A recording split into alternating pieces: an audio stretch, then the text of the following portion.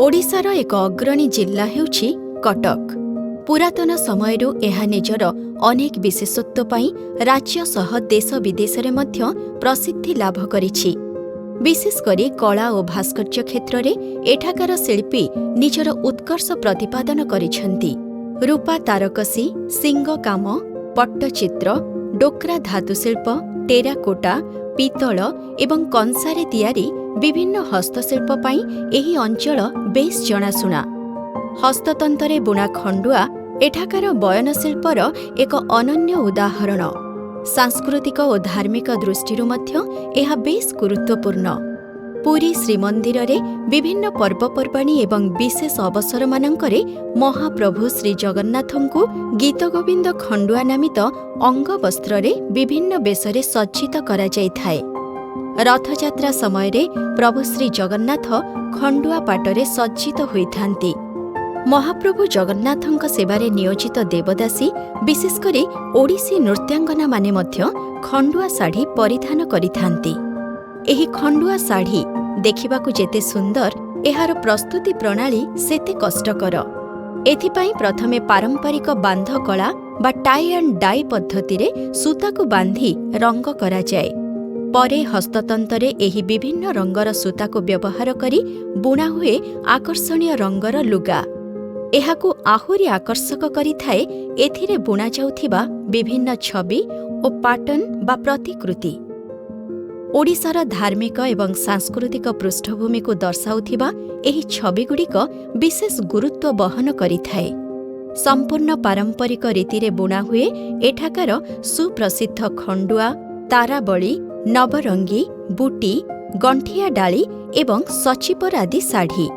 एहा छड़ा आधुनिक डिजाइन रे प्रस्तुत एठाकार साड़ी मध्य खूब लोकप्रिय। माणिया बंध साड़ी नामरे सुप्रसिद्ध एही खंडुआ पाट एवं सूता साड़ी को पीढ़ी पीढ़ी धरी बुणी आसुछन्ति कटक जिल्लार बडम्बा एवं तिगिरिया ब्लॉक रो 2000 रु अधिक परिवार। एही कौलिक वृत्ति ही सेमानक जीवन जीविकार मुख्य स्रोत।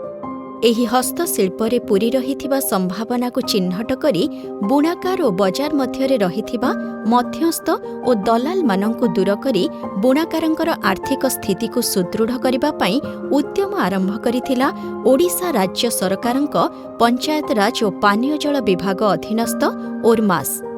महिला सशक्तिकरण उपरे रहिथिला विशेष गुरुत्व। ओडिशा सरकारंक पंचायत राज और पानीय जल विभाग अधीनस्थ ओरमासर एही उद्यम अंतर्गत विभिन्न उत्पादनकारी ग्रुपर 220 जन महिला सदस्य मिसी माणिया बंध हस्ततंत उद्योग नामरे एक उत्पादनकारी ग्रुप गठन करिछन्ति।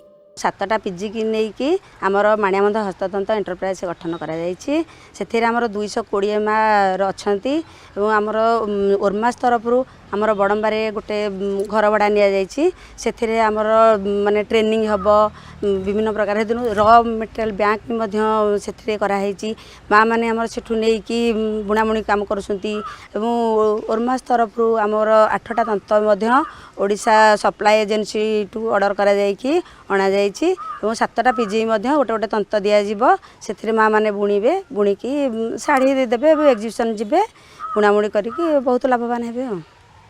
ओरमास सहायतारे गठित महिला मानकर एही ग्रुप को राज्य सरकारंक तरफरु विभिन्न सुविधा सुजोग जोगाई दिया जाउछि। ओरमास तरफरु मध्य महिला मानकर एही उत्पादनकारी संस्था को आवर्तन पांठी, तालीम, बाहर दुनिया परिदर्शन बा एक्सपोजर विजिट भली सुविधा जोगाई दिया जाउछि।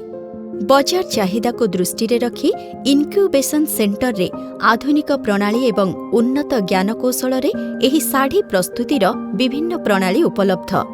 केवल प्रस्तुति नुहे, बजार रे एहार विक्रय निमंते मध्य बुणाकार मानंकु विभिन्न जातीय एवं आंतर्जातिक स्तरर प्रदर्शनी मानंकरे अंशग्रहण करिबा दिगरे ओरमास जोगाउछि अनेक सुविधा सुजोग।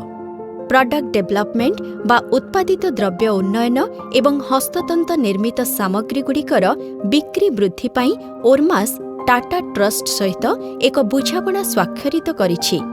ଏହା ଛଡ଼ା ଓର୍ମାସ୍ ତରଫରୁ ମାଣିଆବନ୍ଧ ହସ୍ତତନ୍ତ ଉଦ୍ୟୋଗ ଦ୍ୱାରା ପ୍ରସ୍ତୁତ ସାମଗ୍ରୀ ବିକ୍ରୟ ନିମନ୍ତେ କଟକ ସହରର ଜିଲ୍ଲା ପରିଷଦ କାର୍ଯ୍ୟାଳୟ ନିକଟରେ ଅନ୍ନପୂର୍ଣ୍ଣା ଗ୍ରାମୀଣ ବଜାର ନାମରେ ଏକ କେନ୍ଦ୍ର ଖୋଲାଯାଇଛି, ଯେଉଁଠାରେ ଏହି ମହିଳା ବୁଣାକାରମାନଙ୍କ ଦ୍ୱାରା ପ୍ରସ୍ତୁତ ଆକର୍ଷଣୀୟ ହସ୍ତତନ୍ତ ସାମଗ୍ରୀ ଉଭୟ ପାଇକାରୀ ଏବଂ ସିଧାସଳଖ ଗ୍ରାହକମାନଙ୍କୁ ବିକ୍ରୟ କରାଯାଉଛି।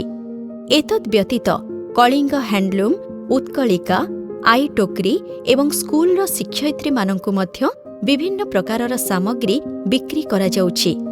ପୁରୁଷାନୁକ୍ରମିକ ଭାବେ ଚାଲିଆସିଥିବା ଏହି ହସ୍ତକଳାକୁ ବଞ୍ଚାଇ ରଖିଛି ରାଜ୍ୟ ସରକାରଙ୍କ ପଞ୍ଚାୟତିରାଜ ଓ ପାନୀୟ ଜଳ ବିଭାଗ ଅଧୀନସ୍ଥ ଓର୍ମାସ୍। ମହିଳା ବୁଣାକାରମାନଙ୍କ ଖୁସିରେ ଏବେ ଆହୁରି ଝଲସି ଉଠିଛି ଖଣ୍ଡୁଆ ପାଟର ସୌନ୍ଦର୍ଯ୍ୟ। ମାନିଆବନ୍ଧର ବୈଶିଷ୍ଟ୍ୟ ହେଲା ଖଣ୍ଡୁଆ ପାଟ। आमे समस्ते जानिबार कथा खंडुआ पाट है आमर श्री जगन्नाथ महाप्रभुंकर परिधान। एटा से वर्ष सारा तांकर अंगवस्त्र हिसाब रे रहुछि। आमे मानियाबंध हैंडलूम को मध्य गोटे हैंडलूम मार्क देबारे आमे साब्यस्त हेइछु, जेटा कि आम समस्त पे गोटे बहुत ही जुगांतकारी पदक्षेप। और एटा पाई मु कटक जिला प्रशासन एवं कटक ओरमास प्रशासन को बहुत बहुत धन्यवाद मध्य जनाइबी।